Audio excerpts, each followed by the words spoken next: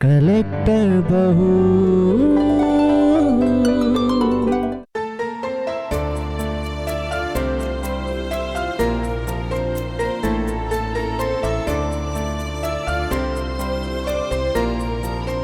चाहने होने के फर्क का नाम है जिंदगी।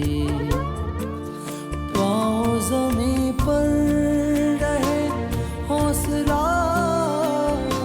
आसमां छुए। पाँव ज़मीं पर रहे हौसला आसमां छुए। इस जज्बे का नाम है जिंदगी। माता रानी तेरी हर मनोकामना पूरी करे। हम अपनी स्वर्गवासी पत्नी की एक इच्छा जरूर पूरी करें, शिवा और साक्षी की शादी कराते हैं। हम ब्याह करेंगे तो शहर वाली से। जिंदगी में कभी प्यार और शादी को हल्के में मत लेना। कहीं ऐसा ना हो कि ये दोनों तुम्हें हल्के में ले लें और तुम्हारा खुद का तमाशा बन जाए। वो बहुत अमीर है, दौलत से नहीं तो क्या, लेकिन उसके पास जज्बातों का खजाना है और मेरे लिए बहुत।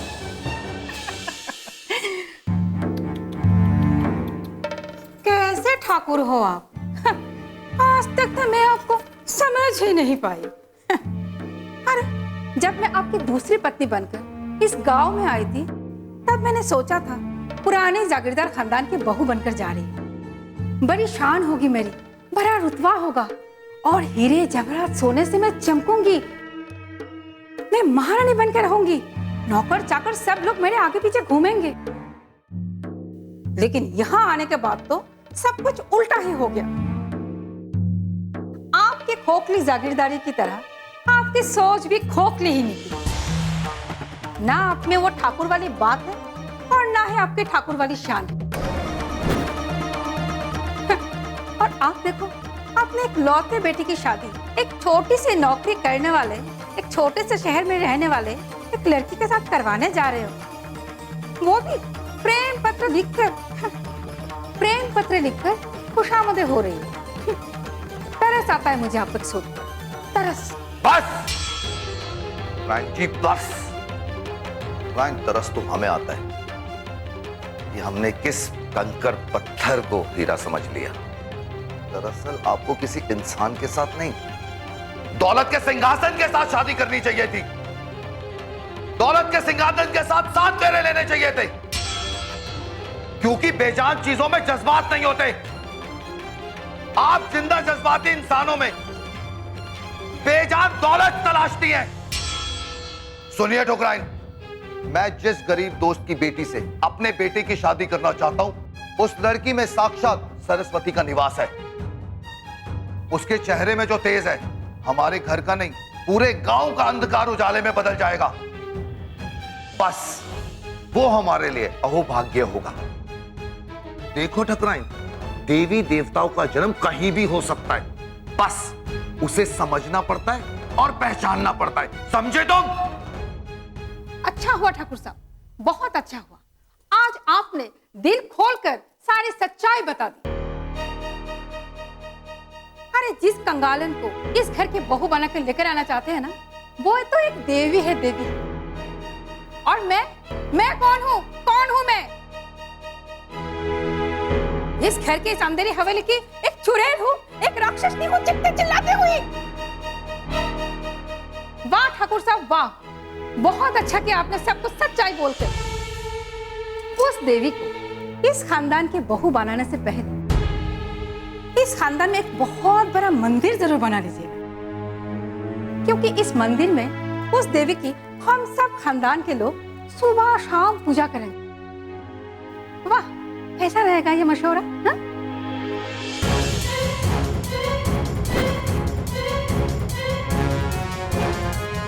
अरे वाह, 11 गांव के युवराज जी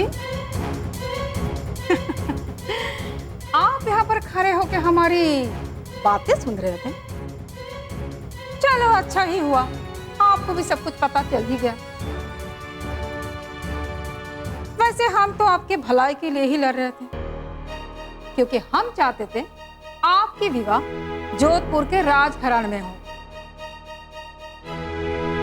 पर आपके पिताश्री ने एक कंगालों से आपका रिश्ता जोड़ रहे हैं। जाइए और पिताश्री को समझाइए। हाँ? अंदर जाइए।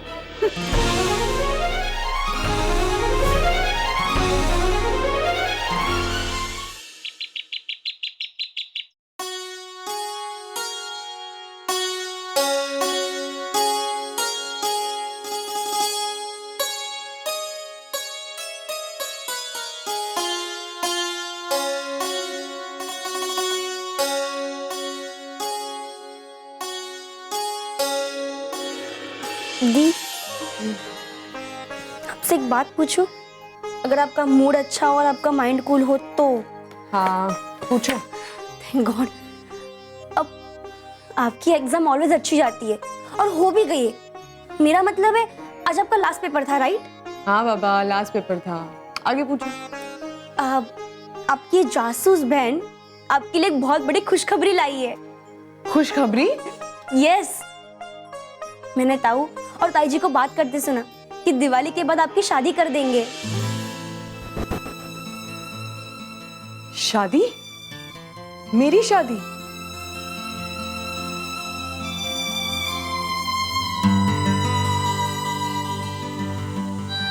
किससे? वैसे हमें तो वो बड़ी सी कार वाला ऊंचे कद वाला हैंडसम सा लड़का एक ही नजर में भाग गया था। अगर तुम चाहोगी तो उससे भी बात चला सकते हैं तुम्हारी। आपको तो मम्मी किसी दिन मेरे कॉलेज आना चाहिए जासूसी करने के लिए। वहां आपको ना दामादों की वैरायटी मिलेगी, एक से एक मजनू मिलेंगे आपको। अपना दिल हाथ में लिए घूम रहे हैं। कोई कोई तो इतना ड्रामा करता है, इतना ड्रामा करता है कि मैं बता ही नहीं सकती। दी, मुझे बताइए ना, मैं वैसे भी नेक्स्ट ईयर कॉलेज जाने वाली हूँ। प्लीज बताइए ना। ऐसी आहें भरेगा और मुझे देखते ही गहरी गहरी सांसें लेने लगेगा। वहीं खड़ा हो जाएगा और रोज उसी जगह खड़ा मिलेगा। जैसे मजनू की औलाद वहीं खड़ा है, खाली पीली सिंपैथी करना चाहते हैं ये। लेकिन साक्षी, ये भी तो हो सकता है कि वो तुमसे प्यार करता होगा, इसीलिए कुछ प्यार में कह नहीं पाता। हाँ, वो ये नाटक एक लड़की के साथ नहीं 20 लड़कियों के साथ करता है। 20 लड़कियों को? हाँ माँ, दरअसल प्यार व्यार अब कहाँ, अब तो सिर्फ मैनिपुलेशन है। राम राम, लेकिन हमारे जमाने में तो लड़के लड़कियों के इश्क में देवदास बन जाते थे। रात दिन गलियों के चक्कर लगाते थे। भाई हम लोग भी उन्हें दिल से प्यार करते थे, प्रेम पत्र लिखे जाते और मिलने के बहाने ढूंढे जाते थे। भाई आजकल की तरह मैनिपुलेशन नहीं था हमारे जमाने में। प्यार तो प्यार और नफरत तो नफरत। दी, आप किससे शादी करेंगी? प्यार शादी के ये बंधन बन जाते हैं ऊंची उड़ानों के दुश्मन। पक्षी आकाश में कितना उड़ते हैं, कहां कहां उड़ते हैं। पेड़, घरौंदे, डालियां बस यही रह जाती हैं। मुझे उड़ना है आसमां के उस पार तक, जहां लोग कभी सोच भी नहीं पाते।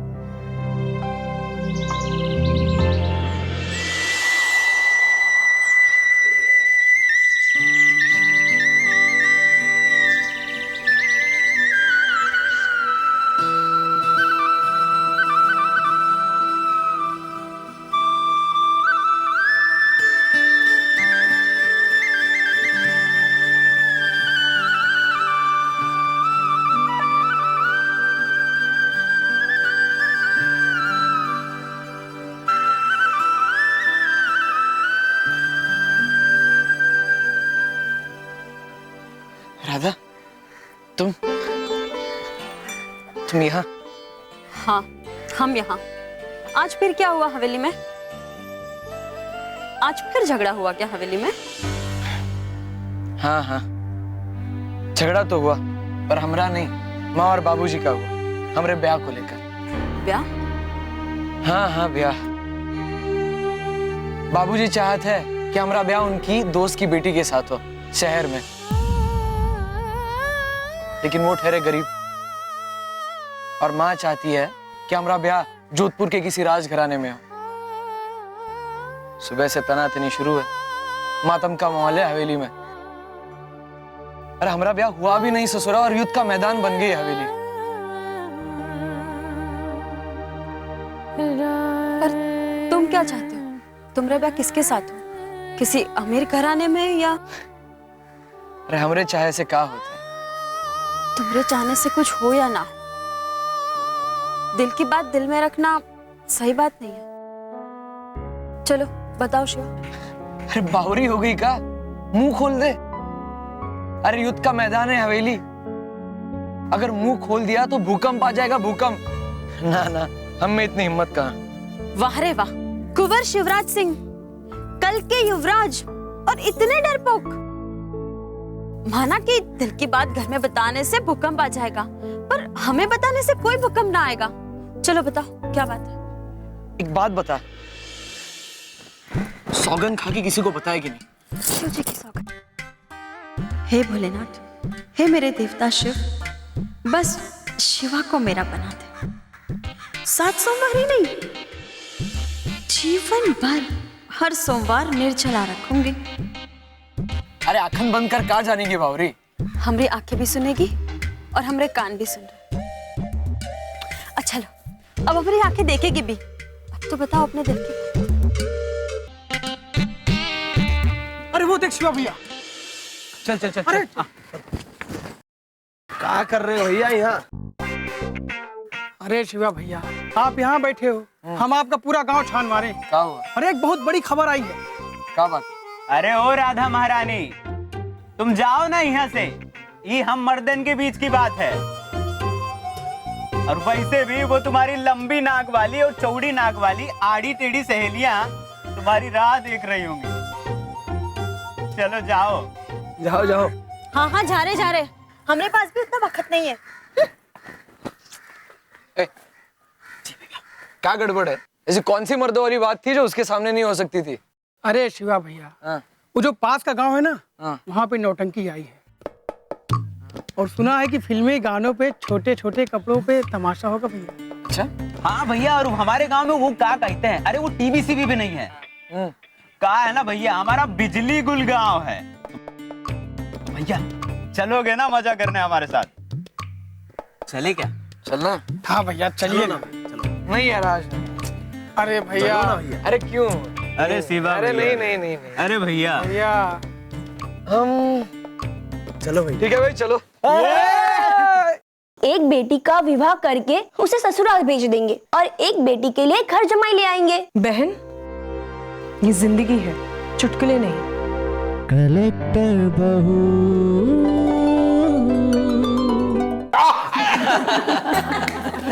वाह भाई वाह, क्या स्वादिष्ट खाना था। 2 रोटी ज्यादा खाया और खीर की तो 3 कटोरियां पी गया। धन्यवाद जी, कम से कम आपके मुंह से मेरे लिए तारीफ तो निकली। लेकिन सुनिए, मैं क्या बोल रही हूँ आप सब लोगों को।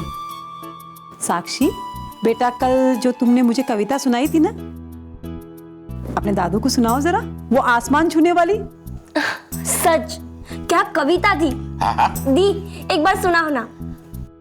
अरे वाह, एग्जाम के बाद में साक्षी ने कविता लिखना भी शुरू कर दिया। बाबूजी, हमारी साक्षी कविता लिखती नहीं, कविता को जन्म देती है। कोई भी बात इसके मन को छू गई तो बस ये बैठ गई लिखने के लिए, और ये जो भी बोलती है वो कविता बन जाती है। कविवर रविंद्रनाथ टैगोर वो कविता लिखते नहीं थे, वो अपनी आत्मा में उनको जन्म देते थे। ये बातें सब महान होने की निशानी है।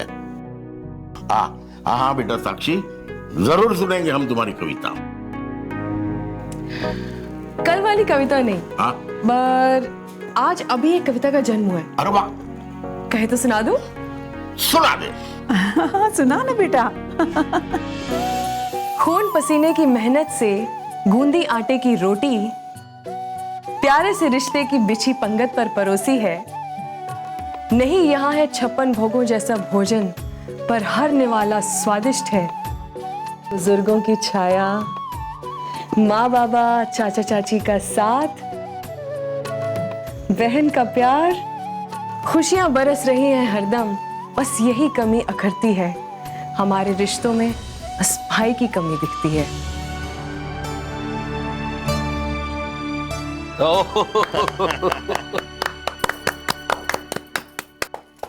वाह बेटा वाह। एक बात पूछूं? दादू एक बात नहीं 10 बात पूछिए। तू कहती है कि तुझे भाई की कमी अखरती है, मगर मुझे पोते की कमी नहीं अखरती।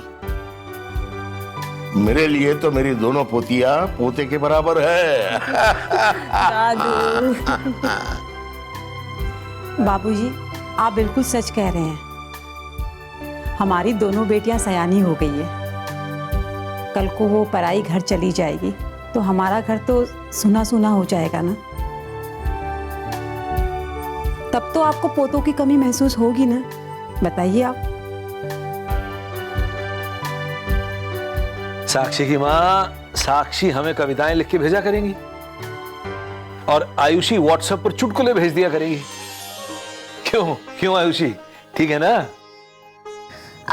हाँ, अभी के लिए एक चुटकुला सुनाओ। हाँ हाँ सुना बेटी सुना। हाँ सुनाओ ना। तो सुनिए, एक घर में 2 बेटियां, बेटा कोई नहीं। अब घर में सब बातें करने लगे कि दोनों बेटियों के शादी के बाद घर बिल्कुल सुना सुना सा हो जाएगा, तो अब क्या करें? तब छोटी बेटी ने राय दी अपनी, कहा कि एक बेटी का विवाह करके उसे ससुराल भेज देंगे और एक बेटी के लिए घर जमाई ले आएंगे। बहन, ये जिंदगी है, चुटकुले नहीं।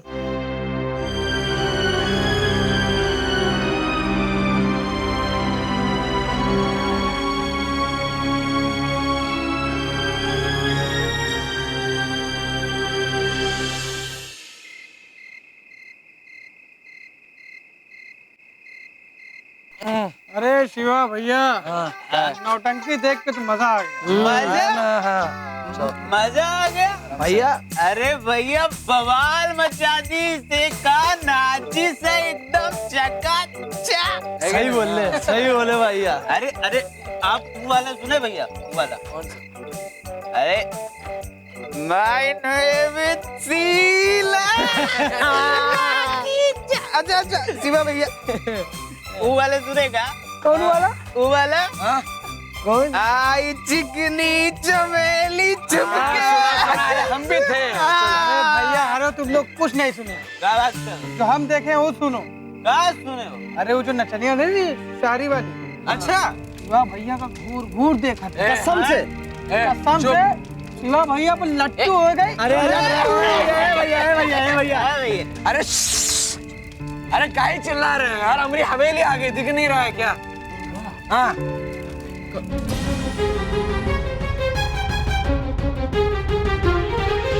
मुझे अपनी साक्षी पर बहुत नाज है। उसके अंदर जो ऊंचाइयों को छूने के अरमान है, उनसे मुझे बहुत डर लगता है। कलेक्टर बहू। भैया चलो चलो भैया चलो, शिवा भैया जाओ।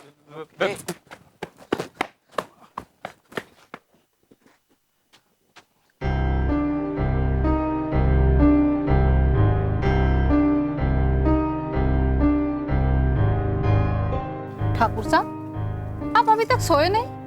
ऐसी क्या बात हो गई?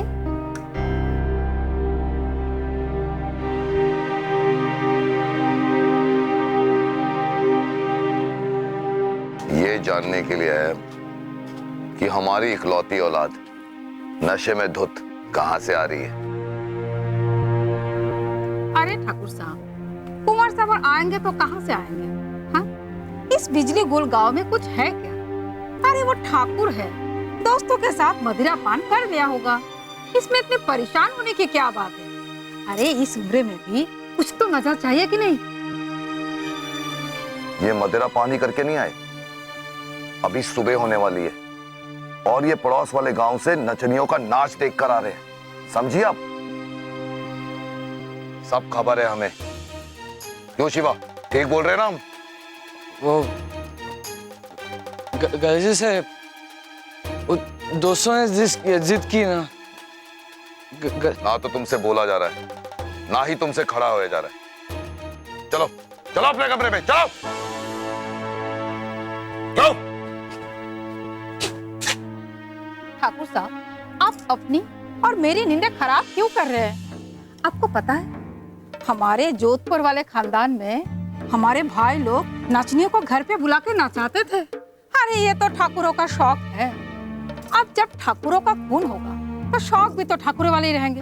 अब इसमें इतने परेशान होने की क्या बात है? हाँ दुर्गेश, मैं भी ठाकुर हूँ, ठाकुर हूँ मैं।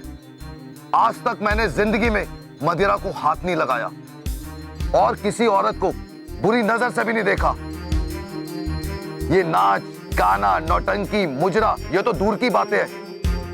इस खानदान के संस्कार, उसकी कुछ मर्यादा भी है जिसका हमने पालन किया है, और हम चाहते हैं कि हमारा बेटा भी वही पालन करे। संतान ये भटक क्यों रही है? अगर उसे भी मेरी तरह अपनी माँ का प्यार मिला होता, पर वो देवी हमें बीच मझधार में ही छोड़ के चली गई। बार बार ताने देने की क्या जरूरत है ठाकुर साहब कि आपकी पहली पत्नी देवी थी देवी, और मैं क्या हूँ? हाँ, जो आपके लिए इस अंधेरे में डूबे हुए गांव में शहर की चौकाचौंध जिंदगी छोड़कर मैं यहाँ पर पड़ी हूँ, और आपके संतान को अपना संतान मानकर मैंने माँ का प्यार दिया।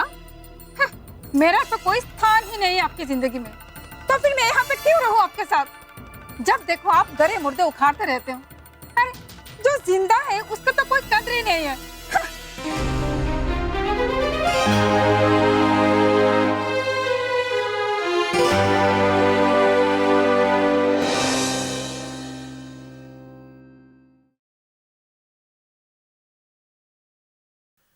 क्या सोच रहा है बेटा?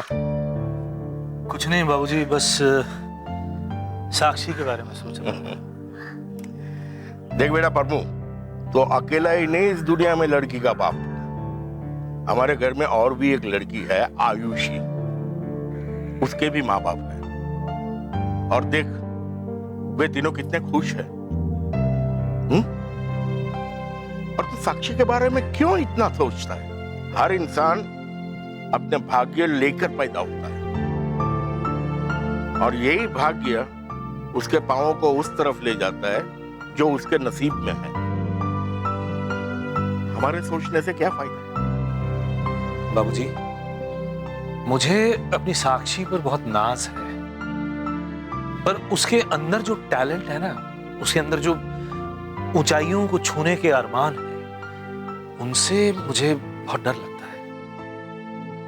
आपको तो पता ही है बाबूजी कि जब सपने टूट जाते हैं तब आदमी को यह एहसास होता है कि ये दुनिया स्वर्ग नहीं नरक है, और मैं अपनी फूल सी बेटी को नरक में जाते कैसे देख सकता हूँ?